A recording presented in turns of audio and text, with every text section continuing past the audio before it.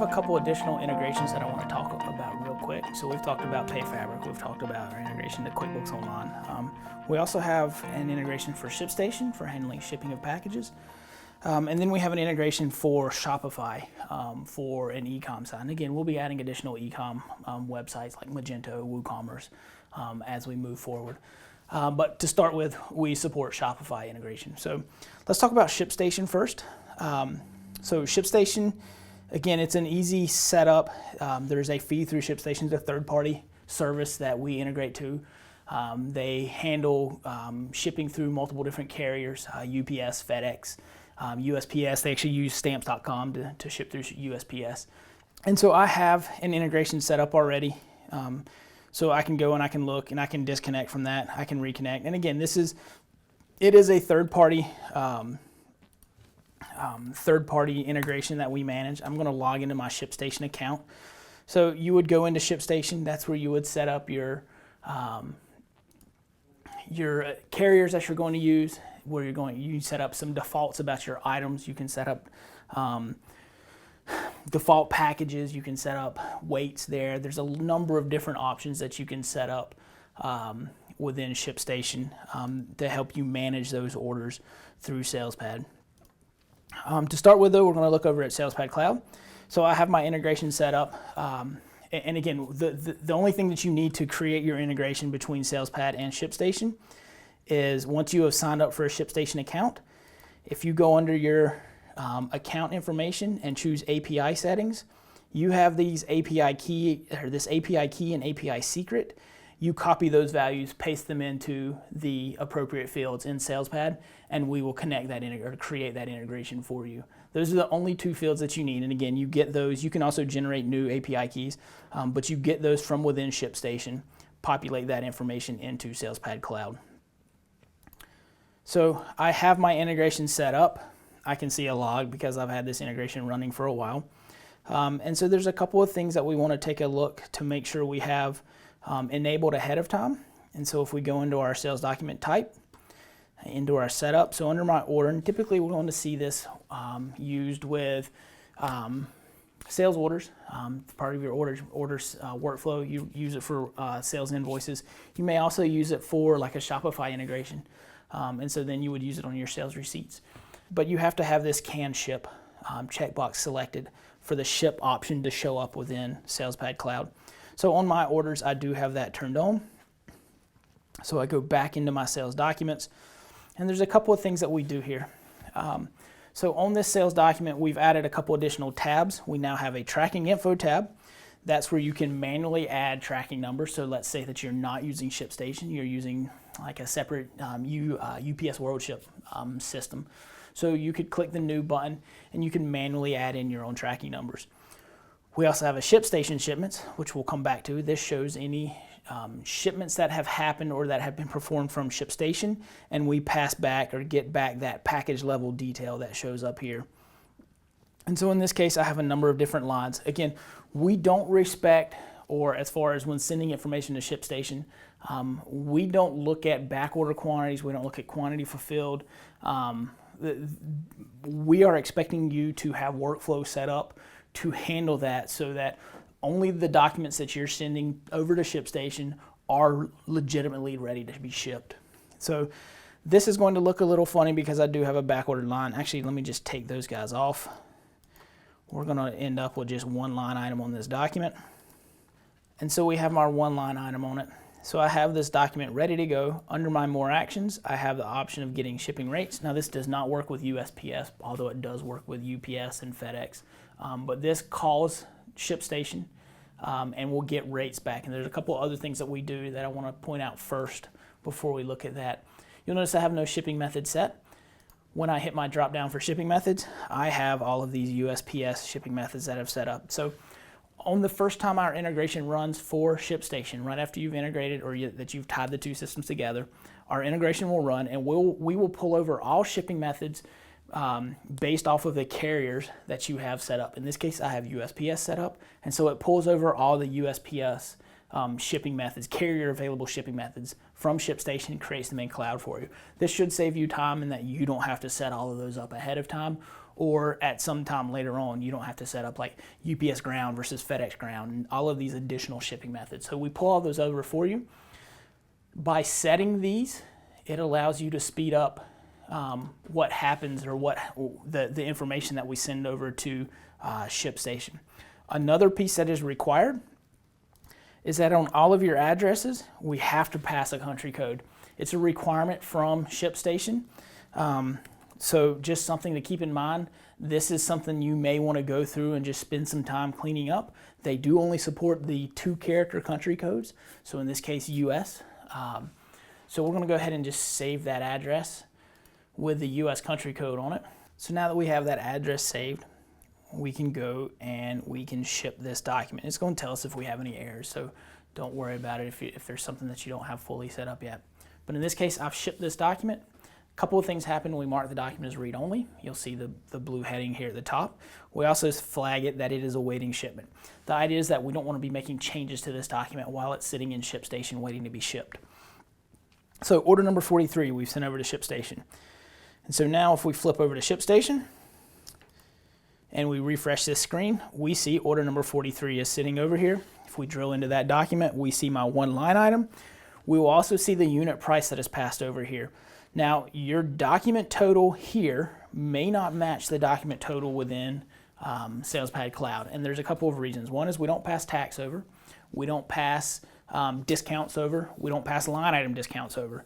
The idea here is that the reason that you need totals in ShipStation is for insurance purposes. So if you're going to apply insurance onto your shipment, and so all we need is the actual unit cost of your product, so, or the unit price on that product. So what is it valued? Because the customer is ultimately paying for that insurance, we're sending over the value of those items so that insurance can be applied appropriately. So again, this document total is not or may not match up to what's in SalesPad Cloud. ShipStation also validates the mailing address information. I could modify it here if I wanted to.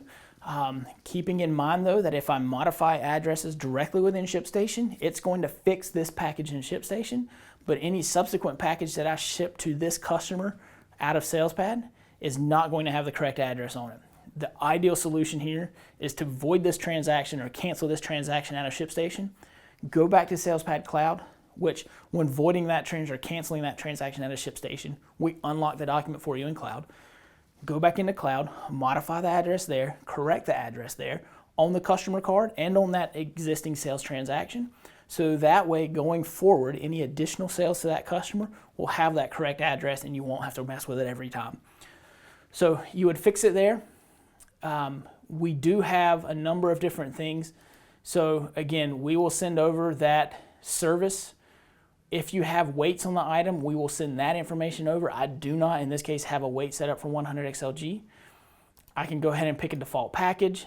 I can specify my size, length, width, height, and then I could put this item on a scale. ShipStation has a scale integration. I could put that item or that package on a scale and let it weigh it for me. In this case, I'm just going to key in a weight. But it will do that information or build that information out for you. And then you can go ahead and it'll tell you what that rate is. At this point, if I create label, it's not going to let me because my city, state, and zip are incorrect. It will. So I'll go ahead and create my label. Oh, it's not, like I said, it's not going to let me because of my address information. We are going to pass this freight information back over to SalesPad. And I'm just going to go ahead and cancel this document just so we can have it unlocked.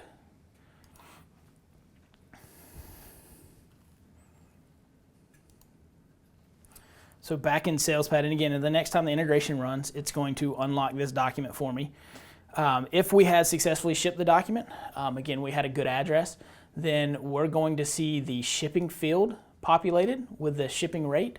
We're also going to be able to go under the ShipStation document or the tab, and we would see tracking number and line item detail. The idea behind that is if I have to split packages in ShipStation, so it takes me 3 boxes to ship this package to a customer, this order to a customer, I'm going to end up with 3 different tracking numbers. I would end up seeing 3 different tracking numbers in this grid with item level detail. So the item number and the quantity that went into each one of those packages. And so that way, if there's a problem with the shipment to the customer, if they say that they got 2 of the packages and they didn't get the 3rd one, you know exactly which items did not show up or did not get to them based off of this package level detail that it would show here. One other thing that we do as well with the ShipStation integration is if we have in our sales document setup, or sales document type setup, if we have this auto forward batch turned on, then what this is going to allow us to do is that when, so again, if this option is checked for my order, which I do have checked, when that integration comes back, and again, it's a 10-minute integration that runs from ShipStation, so every 10 minutes we're going to pick up updates from the ShipStation documents. But if that's turned on, once the document comes back from ShipStation that it has been updated, then we are going to, or the system would then automatically release that document out into the workflow. So it's the equivalent of a user going into a document and clicking the workflow action button at the top, in this case forward. In most scenarios, we're going to have a workflow set up that works with that ShipStation integration. So we're going to have, and I'll switch over to one of my other companies here to show. So typically our workflow would look something like this, where we have our sales documents, and we'll go look at it in the workflow setup. So if we go take a look at my order workflow and the batches that I have set up. So we have sales documents where sales documents are created. They will move to the warehouse queue unless they're back ordered. If they're back ordered, they'll go to the back order queue. But they move to the warehouse queue, and then they sit there until they're shipped. So the warehouse queue is going to be the batch the documents are in when the user clicks the ship button, sends it over to ShipStation. ShipStation then picks up those documents. They actually put their weight on, make sure their carrier is correct. They process that document. They ship it through ShipStation. We pick that document up, and as long as that can forward batch option is checked, then when it comes back to SalesPad Cloud on the next integration, we're going to automatically hit the release button and move this document from the warehouse queue out into the workflow, and the workflow dictate where it's going to move to. In this case, it's going to move to ready to invoice, and at that point we know these documents or these items have been shipped, or this order has been shipped, and we're now ready to transfer that to an invoice, email, print, and then post that document over to SalesPad or to QuickBooks Online. One other note on the ShipStation integration is that we currently do not have a field to track a customer's shipping account. So it's something we will be adding down the road. What we currently do now is that on the customer card, if you put that information on the customer note, so I could fill that customer's shipping information in on the customer note.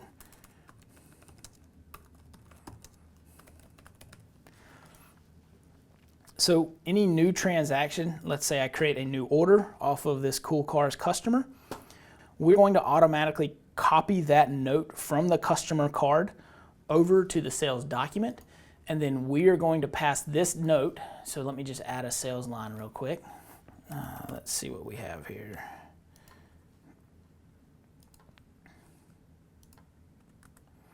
So I'm going to sell 2 of these HD20s. I have my note on my document for my shipping account, and then when I ship this document, so it now tells me that my document is read-only and awaiting shipment. And if we go take a look in ShipStation, I now have this document here. If I go to my order notes, I can see that account information there. So again, this is going to be a bit of a training process for your users to make sure that if you are shipping based off of or using customers' accounts to ship that those shipments over, to look here. If there's a shipping account, then use that shipping account. So again, until we get that field in place, that's how we handle using a customer's account to ship ship documents out. So that's our integration with ShipStation. Again, it's a separate system. It's a separate, it's a third-party integration. So additional questions for ShipStation's functionality can be directed to them. But again, we do pass over all of the appropriate information. That information can then be managed as well as in SalesPad Cloud as it can within ShipStation. And so there's additional things that you can do there. You can put in your default weights, you can put in your default packages, you can put in rules around items. They support things if you are like requirements, if you are handling like alcohol, some of those additional products that have certain requirements that they have to go a certain shipping method or by a certain carrier. So, you know, flammable items cannot go UPS air, they have to go UPS ground. So they handle all of those requirements. We respect all of those because, again, you're shipping that package out of ShipStation. The only thing that you would have to do, though, is once you have those products in ShipStation, you would have to go make those or flag those items as these are, you know, this is a flammable item, this is an explosive item that has to be, and that's the only way that their requirements are going to work. We're not maintaining those pieces or those data elements within SalesPad Cloud.